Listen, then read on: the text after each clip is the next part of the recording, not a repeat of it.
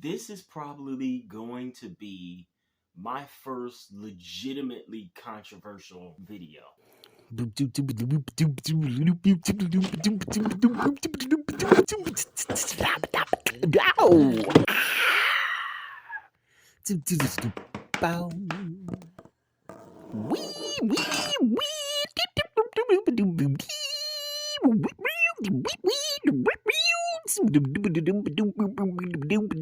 Wow. So what's up, everybody? My name is Michael Stevenson. Welcome back to my channel. These are specifically the entertainment industry series that I have on my channel. I have other stuff, other videos here on my channel, as you can see as well, if you go over to the profile part of it. In these videos, I try to focus in on talking about the entertainment industry and specifically why things feel, I guess, so different. I try to keep things not in like a rant form, so to speak. So, because I don't like, number one, I don't like the verbiage there of things being a rant or somebody going off or going unhinged or anything like that. So I try to keep it not that, but there are circumstances in which it feels like the emotions might take me over or what have you. As of late, for these first couple of weeks, we have been trying to, or at least I have been trying to, establish a particular lingo, a particular language with you all, with my viewers, in order to have this shorthand so that later on in other videos, maybe if I do reviews or whatever, we have this shorthand between us so that we can more easily understand what's going on. I'm going to be using some of that shorthand today, and let me be very clear about this, is that I am trying to bank a couple of videos at a time each night, and so this is generally after I've stopped writing for the night, so it's pretty late, which is probably why my mind is a little bit off sometimes. It also is probably why I sometimes sound so flat. I don't usually sound as flat as I think I do, whereas I don't have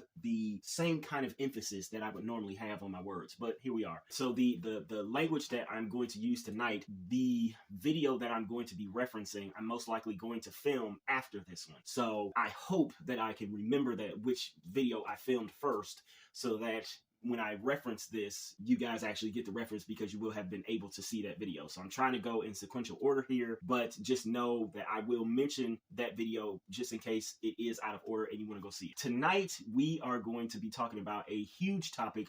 I hope that it's not overly long, but you know, it's definitely probably going to be overly long, as all my videos are, because I do tend to babble a lot, as I already have for 4 minutes here. Let's get into it. So the topic that we are talking about tonight is we are going back to the cycle, and this one I'm going to specifically describe the cycle as it relates to truth, beauty, and reality. So first off, you have to understand that, as I said in the introductory video for the cycle, and it should probably just be labeled the cycle, literally everything is cyclical, and you can't break the cycle because the cycle is a circle and a circle is perfect. Everything is cyclical and you can't break the cycle because the cycle is a circle and a circle is perfect. So when I'm talking about this, I guess you can call it a theory in the same way that, you know, it's like a scientific theory or something. When I'm talking about this thing, what I am saying is that I am not calling out or trying to blame any one specific generation for having done this, and you'll understand why I make that disclaimer by the end of the video. You have to also understand that this is kind of just what happens. This has happened throughout history multiple times before, and if you understand the cycle, then I think that you can in some ways understand history a lot better, and you can definitely understand people and societies and how they operate quite a bit better. Even though I'm not trying to blame any one body or any one generation for anything, because again, this is just the cycle, and the cycle is bigger than all of us, and it is more powerful than all of us. It's not like a, you know, an actual being or entity, obviously, but it is just kind of how we as humans are wired and how we have built our society. So even though I'm not trying to blame one specific group or one specific generation, this is still going to be very controversial. And in fact, literally all of the cycle topics, as they are going to radiate out to other topics that we're going to discuss, all of them are going to be incredibly controversial once we dig deeper into them. So this one is just about the generations and how the different generations that we have sort of, I guess, relate to not only the art and entertainment that is out there, but also how they create it and essentially how they see the world and how they operate in it. Mind you, also, again, I'm giving you like a lot of disclaimers, but I'm telling you they are all important. The way in which the generational cycles work is that a lot of the ideas here, they are essentially not contained in a conscious level or state of thinking and being. Okay, so it's not like every single person of that particular generation is consciously aware of this thought process that they may in fact have, nor that they are thinking it consciously either. But when you look at the cycle as a whole and you look at the big picture, you can see that this is clearly some of the things that are actually happening within these generations. It is tough to argue against the cycle, especially when we have so much information, so much knowledge, so much data out there that kind of plays directly into the cycle. I mean, if we're being honest, it only strengthens the arguments behind it. So now that I have pretty much all the disclaimers out of the way, I think I have all the disclaimers out of the way, we can begin. So the cycle, first off, it contains another idea or theory that I talked about in another video. And again, this is the theory that I haven't recorded the video yet, so I'm hoping that I remember which video comes first. But it is called the 400 rule. We've already gone over the 400 rule in another video, like I just mentioned. If you want to get caught up on that, please do go watch that video so that you are a little bit more caught up on the shorthand there. The way in which the generational cycle plays into that is that it essentially plays on the young psyche of the child's mind as we are growing up. So in other words, when we look at things as we are growing up, we always see our lives through a sort of, not necessarily a rose-colored glasses, but through a distorted lens that, even though it is most certainly our reality, it is not the full reality as is constituted by everybody around us. Okay, so obviously the adults will have a far different opinion and idea about what was going on when you were a child than you will have. And so you'll look back on your childhood and you'll say, oh yeah, my childhood was good, or it was great, or whatever. When the adults will say your childhood as you lived, it may have been great, but the things that were going on in the world were horrendous, or they were really great, and maybe our family suffered or something to that effect. So essentially we have this disconnect between childhood and adulthood. And what that creates then is a certain, I would say, dissonance gap between our childhood selves and our adulthood selves as we remember and as we relate to the two things. Most of the things that you establish as a child, most of the thoughts and most of the actions and most of the memories that you establish as a child, when you go back to them, they are uniquely and inherently different from what they actually were. The memory is far different than what the actuality of a certain thing was, because your mind, in a way, it rebuilds these memories in almost like a puzzle type of book, so to speak, memory book, so to speak, to have the memory not only last longer in your mind, but also be able to more readily and more easily remember it. And then on top of that, to shield your mind from any discrepancies or any malformations of the mind and your character in and of itself. Or in other words, it's the same thing as when people go through trauma. We know in general that a person or a mind that has gone through trauma starts to shut down various parts of itself. The mind shuts down various parts of itself so that it no longer has to remember every single detail of that trauma. And so you'll have people who they completely shut down certain memories in order to not remember them. I don't know what they call it in science. As a matter of fact, I can't remember if I actually read a paper on it or if I'm just making it up. The bottom line is that the mind tries to soften any and all memories, because soft memories are what stick, are more easily and more readily remembered. They take up, I guess, less bandwidth, if you could say that. They take up less RAM on the computer, which is your mind. So with all of that said, that is essentially an extrapolation of the 400 rule as it relates to the generational cycles. Okay, so now we begin with the generational cycles. Okay, so to start, we know, as I said, that everything is cyclical, and we can't break the cycle because the cycle is a circle, and a circle is perfect. We know from mathematical theories and whatnot that a circle really has no official begin point and end point. No, right? No start, no end. So we have to pick a start point arbitrarily in order to show how the cycle works. We are going to pick an arbitrary point of 1950s, okay?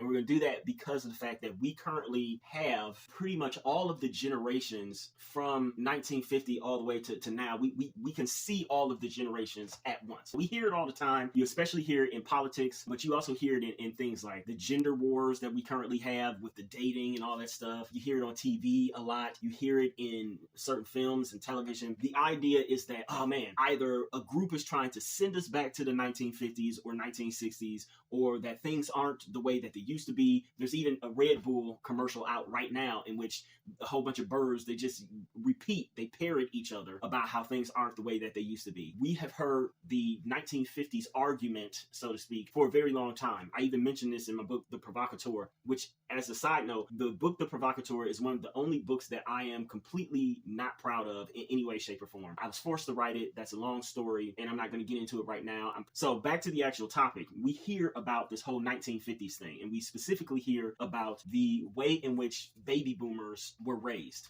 Okay, so what we do is that we start our cycle there, not just because of the baby boomers, but specifically because of their parents. The parents of baby boomers, who I think are known colloquially as traditionalists, although I've weirdly heard them be called the silent generation, but then I've also heard that Gen X is called the silent generation. Even I get confused sometimes on the generational names and things. The silent generation would not fit well at all for Gen Xers, so I'm just going to call them Gen Xers. But the traditionalists, or the parents of baby boomers, they of course are also known as this generation, right? And we've started with the greatest generation, or the traditionalists. And this partially also plays into the generational cycle as it pertains to gender studies, how we relate between man and woman. But I'm not going to go there tonight. What happens is that we all know that the greatest generation, they fought the biggest war. They fought World War II. And then also some of them fought the Korean War as well, just a few years later. What happens is that they come home and they all realize, even if they don't say it straight out, of course, but they do realize this, is that essentially they are incredibly scared. Everybody has just been through a life-changing event that they never thought that they would have to go through. For that, they came out of, and frankly, they weren't even like healed from it. They came through an incredible event of the Great Depression, where it seemed like everybody was poor and there were so many deaths of despair and just everything was horrendous. But they were mostly kids through the Great Depression, kids, teenagers, things of that nature. And so they go through the war, and the war makes them age up incredibly quickly. So once they come out of that, they look around and they say that they are scared, that there is a lot of fear out there. What happens then is that as they look around, they realize another thing, that yes, they have a whole lot of fear, but they also have something that they have never had before, something that their parents really didn't have either. And that is that they have an opportunity to create a completely new world, either in their image, or create the sort of paradise that they've maybe always wanted to see, or that they grew up believing in, whether it was something that was taught to them in like Sunday school classes,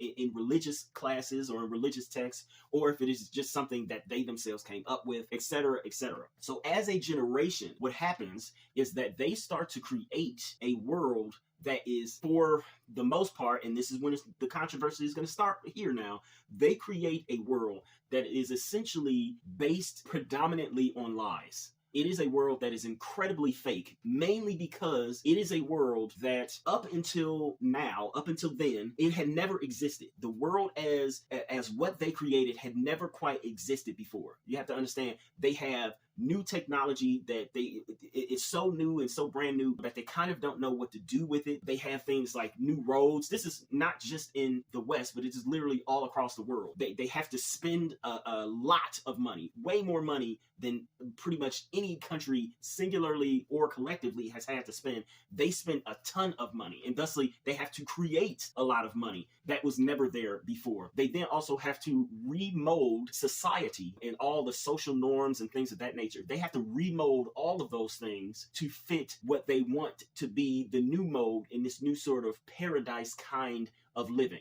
Before the late 40s, early 50s, when you look at history, you see, and of course we all know this, history is this horrendous, utterly brutal place. It takes almost no prisoners, almost ever. There are countless murders. There are countless harassments and forced relations. There is just atrocity upon atrocity upon atrocity. And then suddenly the 1950s come, and for whatever reason, people as a whole just seem to start thinking that, well, all of that stuff is done. We have evolved past needing or wanting to, I guess, wage war endlessly. We've evolved past needing to categorize ourselves in these small little collective sort of nativism, right? It's tribalism. We've grown past a lot of those things. And instead, what we're going to do is that as far as tribalism and things of that nature go, we're going to have a far more sophisticated and civilized way to do that. We are going to bring in sports, and we're going to bring in sports in a big way. Unlike ever before, we suddenly have, within the span of like 20 or 25 years,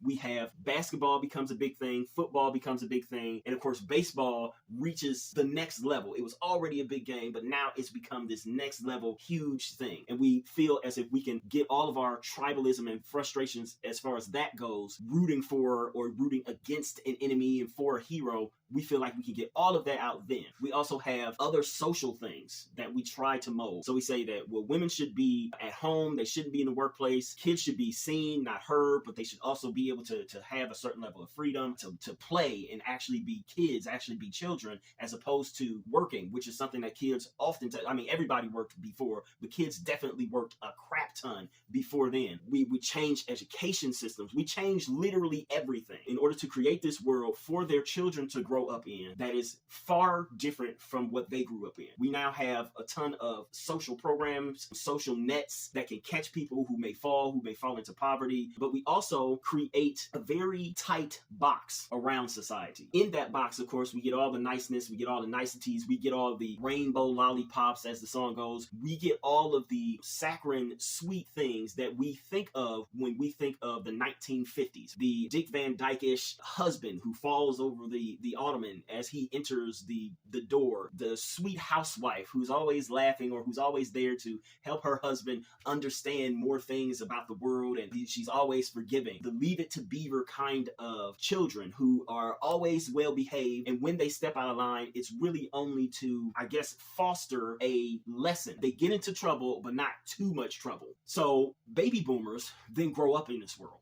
And if you grow up in a world that is essentially not like anything that has ever been before, you grow up in a world in which you are actually free to go and get an education and things of that nature. What you start to believe is that this is how the world always was.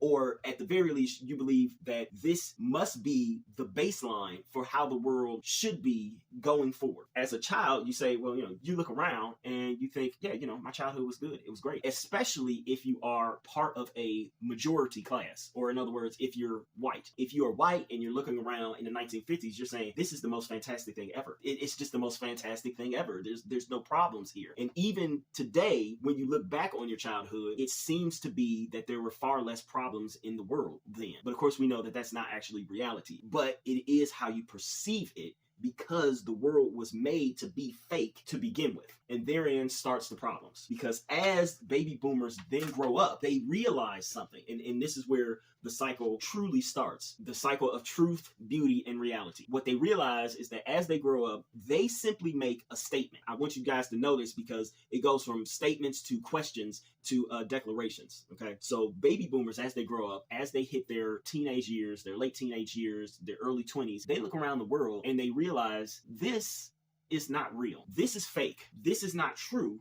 Or in other words, this is not actually beautiful. This is not actually beautiful. Their subconscious tells them something is wrong with the world, and they don't particularly fully know exactly what it is. Yes, they know specific problems wrong with the world. They grow up and they see that, the world still has a lot of racism in it. They see that the world may have quite a bit of classism in it. They see that the world still has quite a bit of sexism in it, but they are not fully ready to embrace what the next generation does. Okay, so baby boomers simply make the statement that this isn't beautiful, that this isn't real. This world that we've lived in is not actually real. So then the next generation comes along, Gen Xers. Gen Xers come along and they build upon what baby boomers established. And the reason why they do this is twofold. One, they are, for all intents and purposes, probably the most split generation that you can have. So what do I mean by the Generation X is split? Since baby boomers are a 20-year generation, they are the longest and biggest generation up to that time. What happens then is that as the generation settings go back to normal, and the generation usually is somewhere between either 15 or 18 years, Gen Xers have the strange and unique experience of being split. Their parenthood is split. The first couple of years of Gen Xers that bumped right into the back end of baby boomers, starting in like 1966, 1965, somewhere in there, they generally most likely have parents who are also traditionalists, just like the baby boom. But then the second half of Gen Xers, as they are born, starting to be born in the early and mid to late 70s, they have a mixture of baby boomer parents, because baby boomers were starting to marry and got married quite young back in the day, as well as traditionalist parents who still hadn't had kids yet, or who are having more kids even now after the baby boom has passed. Maybe they also went to the Korean War, so they went from World War II to the Korean War, and now they're only just now getting back, or they're late bloomers, or various reasons for that. So what happens is that Gen Xers take the idea that baby boomers have established and they build upon it, right? So baby boomers already just declare that this world isn't real, that this world is not full of truth, this world is not full of beauty. From that declaration, Gen Xers have a problem. They have to then figure out, okay, well, what did the baby boomers even mean by that? They come through with a subconscious question of what is beauty, or what is truth, or what is real, what is reality. Since baby boomers said that this life isn't real, what do they mean by that? Do they mean that the entirety of life isn't real, the entirety of society isn't real, or that there are simply certain aspects of society don't ring completely true? And so what you get is that you get a lot of rebellion from both baby boomers, the baby boomer generation, who, again, they just learned that not everything that they think is real is actually real. But you also get a whole lot from Generation X. And the reason why you get a whole lot from Generation X is because they are going about asking the questions, but they also don't quite know where specifically to focus all of their energy on getting an answer to that question. Because again, when you're questioning, well, what is real, or what is beauty, it's one of those heady questions to where you kind of have to look to some of the older institutions that you've had and that you've grown up with and that your parents have grown up with, and ask, okay, well, is this either truth or is it a lie? Is this something real, or is this something that we should and that we can discard? And of course, you also then have to deal with that as it relates to yourself, and saying, okay, well, what is real, or what is fake about me? And you have to then make a decision. As you age, you have to make a decision on where you want to go with answering that question for yourself. So here's the thing: they never actually fully answered as a generation. They like that is not something that they do. Instead, they leave the question pretty much open for the next generation, and that's my generation, millennials. From the 80s all the way through most of the 90s, we're talking, I think the last millennial age is supposed to be like either 97 or 96. So if you're born in 96, like Zendaya, she would be a millennial. So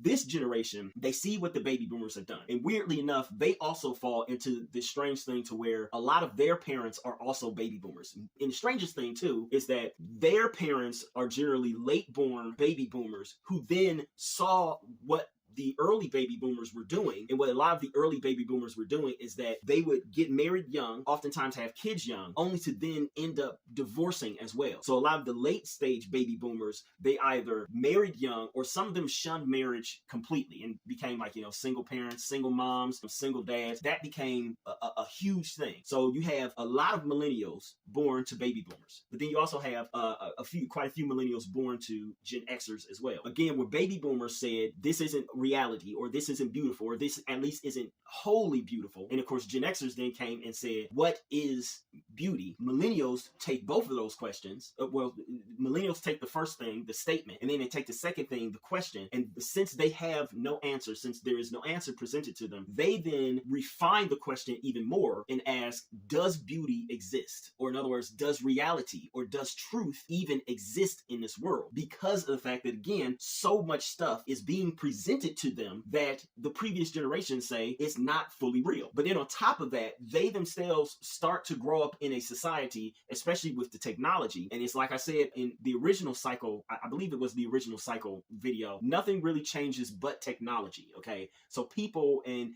societal constructs don't actually change, but technology changes, which makes it seem like society in and of itself has changed, even though it hasn't. So millennials grow up and they have a tech boom, and they are not only exposed to, but they are able to seek out answers as well as seek out information on the previous generations and on how the previous generations lived, the things that they experienced, etc. And so what they then come up with, their question again is, does truth, does reality, does beauty even exist? Because of the fact that their parents now are starting to get to an age in which they remember even less bad stuff about their childhood. Because as I said, the mind tries to smooth out all of the memories that it is going to keep and tries to make them more palatable, which I guess maybe saves space. I don't know. I'm not sure why the mind does it, but it does do that. So then when you look back and millennials look back and they're saying like, wait a minute, that wasn't beautiful. That wasn't beautiful. That wasn't beautiful. That wasn't real. That wasn't real. That wasn't true. That's not true, etc., etc. They keep looking around and saying, well, does truth even, does this thing even exist? And so, of course, once you have that mindset programmed in, you really only have two reactions to that. The first reaction is to basically not care and to embrace a certain level of nihilism, a certain level of hedonism that the previous generations, they certainly had a certain level of hedonism, but not nearly to the level or to the extent that millennials would then adopt. And then the second thing to do is to basically say, maybe these previous generations, if we behave or if we act good or well enough, maybe we can learn the answer to the question that we have. And again, they see that and they subconsciously start doing that because of the fact that the modeled behavior that they have from both baby boomers and Gen Xers has been constant rebellion. And the rebellion has not led to the kind of answers or the type of, I guess, progress that millennials would actually want to see. So they say, well, maybe we should try something different, but they don't really know what to try. So they're kind of just stuck in a limbo kind of place to where it's like the only thing that you really can do is to embrace hedonism, to party. And of course, you see this playing out right now. Again, I'll get to that, but let me get to the last two generations. So then finally, you get to the last one or two generations. And this, of course, is where the cycle is going to reset. Because what happens then is that we've started with the traditionalists who say that that because the world is so dangerous and because the world is so evil and just because the world is so frightening, we need to create a fake world. And so they create a fake world. And then their children, the baby boomers, come in and say, this world is fake, or at least it has a certain level of fakeness to it that we can recognize. And then, of course, the next generation says, well, what is real? What is beauty? And so then, of course, the millennials come in and they say, well, does beauty exist? They question the very nature of whether beauty even exists at all. And so then the final generation, or the final two generations, sometimes it's two generations lumped in together as one in the cycle, and sometimes it's just one generation. It all depends on the technology at the time, honestly. So this could just be something that the Gen Zers do, or it also could be something that both the Gen Zers and Alphas do together, moving as one. And that is that they come along and they finally say, no, they make a definitive declaration that no, beauty does not exist. No, reality does not exist, or realness does not exist. No, truth does not exist, at least not in this current world, this current iteration that we are in. Therefore, we must create our own artificial or fake level of beauty or level of truth or level of reality or realness. What they do is that they come in and they embrace a certain level of fakeness about both themselves and about society and the world around them.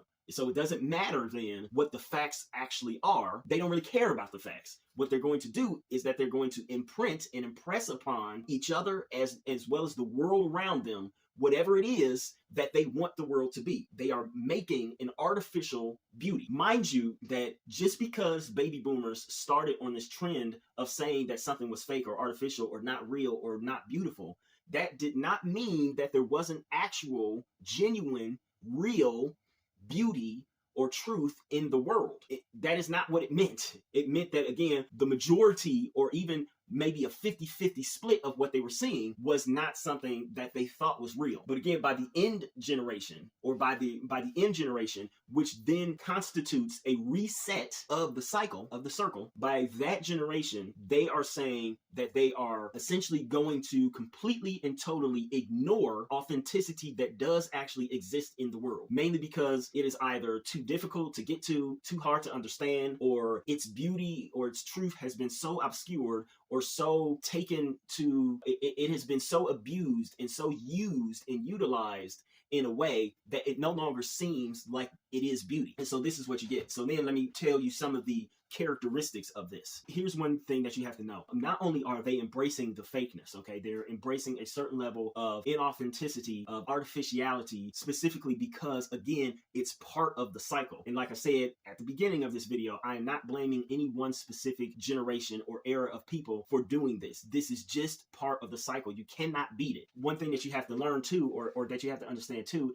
is that the era of people that are on the earth right now, so I'm talking now just anybody who is alive right now, regardless of what specific generation that they are in, anybody alive right now always starts to adopt and to adapt to the same symptoms the youngest generation has in their pathos, in their ethos. I apologize, I'm getting those words confused. It's late. I can't really remember which is which, but in their mentality, basically, they adopt those same patterns and those same ways of thinking as the youngest generation is slowly maturing into their own, into adulthood, and becoming active adults within the society that they exist. So this is one of the reasons as to why, yes, there are a ton of Gen Zers and a ton of Gen Alphas that have embraced a certain level of fakeness within their lives and they live with it, but literally everybody is embracing a certain level of fakeness too. So again, how does this play out and why is this so relevant to our art and entertainment, especially on this channel? Well, by now you should have figured out that this cycle,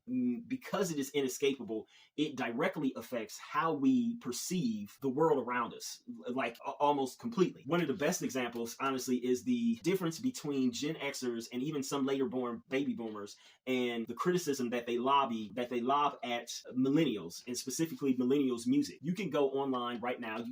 You are online right now. You can go onto other parts of YouTube right now and you will hear Gen Xers and some baby boomers talking about the way in which they feel about millennials music, and also to a certain extent alphas music as well. And one of the things that they essentially say, they don't say it in as many words, but they kind of do say it, is that they look at the music and they listen to it and they say, no, this ain't real. They constantly say, like, is that real? Is that artist really living that life that they're talking about in that song or that they're portraying in the music video? Are they really out here slanging rock on the corner? Are they really getting that many women? Are they really balling outrageous in the way that they do, etc., etc.? They almost always come up and say, well, no, of course they're not, because that's just not what millennials do. Because millennials say, does reality even exist? And a lot of them dare not answer that question. They give into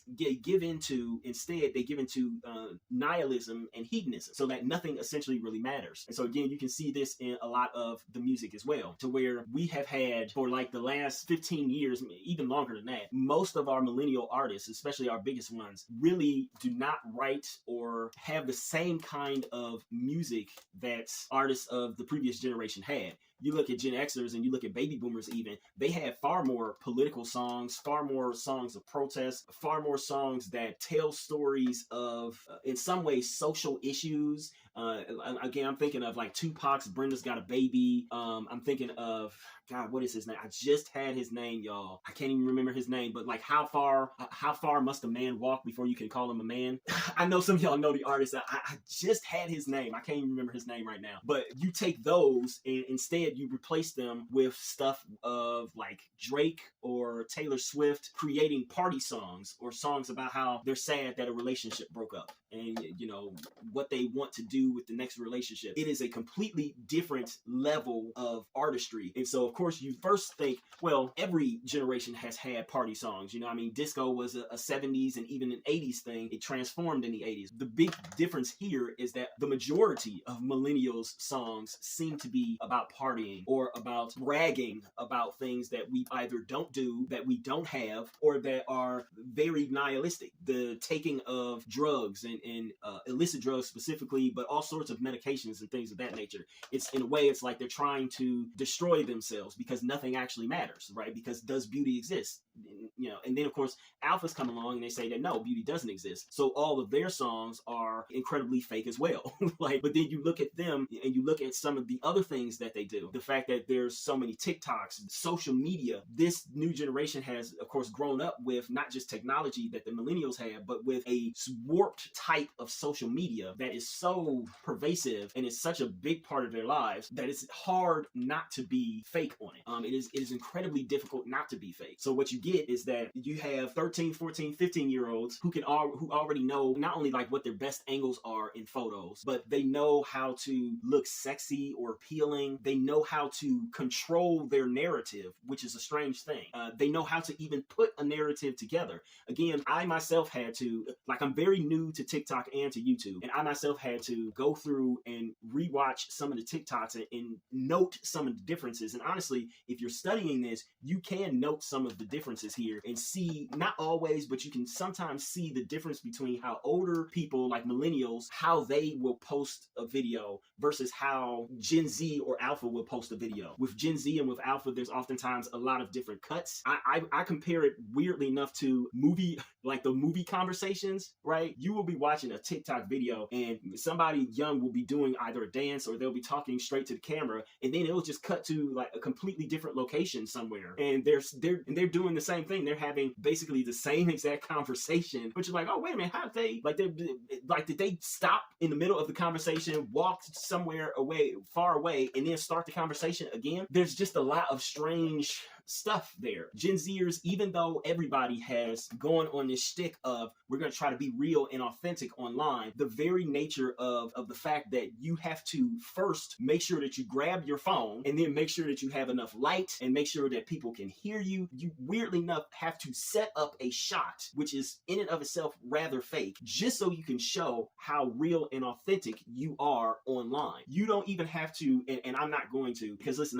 let me say this. I am not against pretty much anybody, especially when it comes to their sexuality. So when I say that, I say that to include that I'm sure that some of you in the comments are going to be more conservative than other people, and so you're probably going to say, oh, you know, I know exactly what he's talking about when he says the fakeness. He's talking about these LGBT, emphasis on the T people, but I'm not really. Like, you can lump that in, but I'm not really talking about that because there's so many other facets and areas of inauthenticity. And so what then happens in this era in which we are embracing this kind of stuff, because we're acting like the youngest generation of adults, is that everybody then starts to look at society and say, well, you know what? I don't even care about truth anymore. Truth is not something, real beauty is not something that is of use to me. I want what I want, and what I want are my own facts as opposed to real facts. So if my own facts are fictional, then it doesn't really matter because everybody else has their own facts too. There is no such thing as absolute truth anymore. There's no such thing as absolute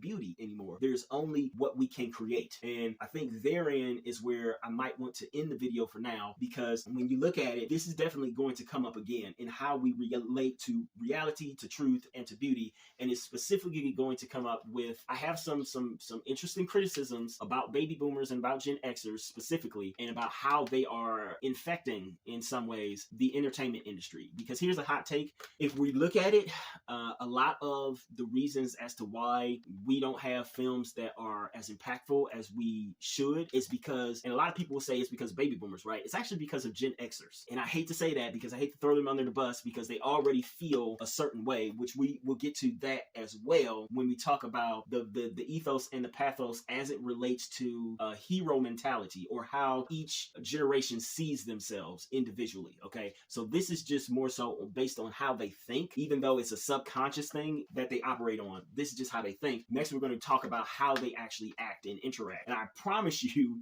that this will be relevant to the film and television industry far more in the future. I promise you it will. But again, we have to establish a baseline for this right now. So I think that I've actually covered everything that I want to cover in this particular video right now. And I hope it wasn't too babbly for you. Sometimes I do talk in circles. So I'm hoping that it wasn't a whole lot of that. So going forward, just know that this was the generational emotional cycle as it pertains to beauty, or I guess we could call it psycho beauty, psychogen beauty. So I don't have a sign off, everybody. So while I don't have an official sign off yet, I guess I should do the whole please like, comment, share, and if you so desire and you want to see more, subscribe. But more importantly, I will ask that you please go and purchase one of my books. They are mostly ebooks, and pretty much they are all under $10. See if any of my work is actually any good, if it lives up to any of the things that I'm talking about here on my channel, specifically with the entertainment industry videos. So please go purchase my books. All of my links are down below. Thank you.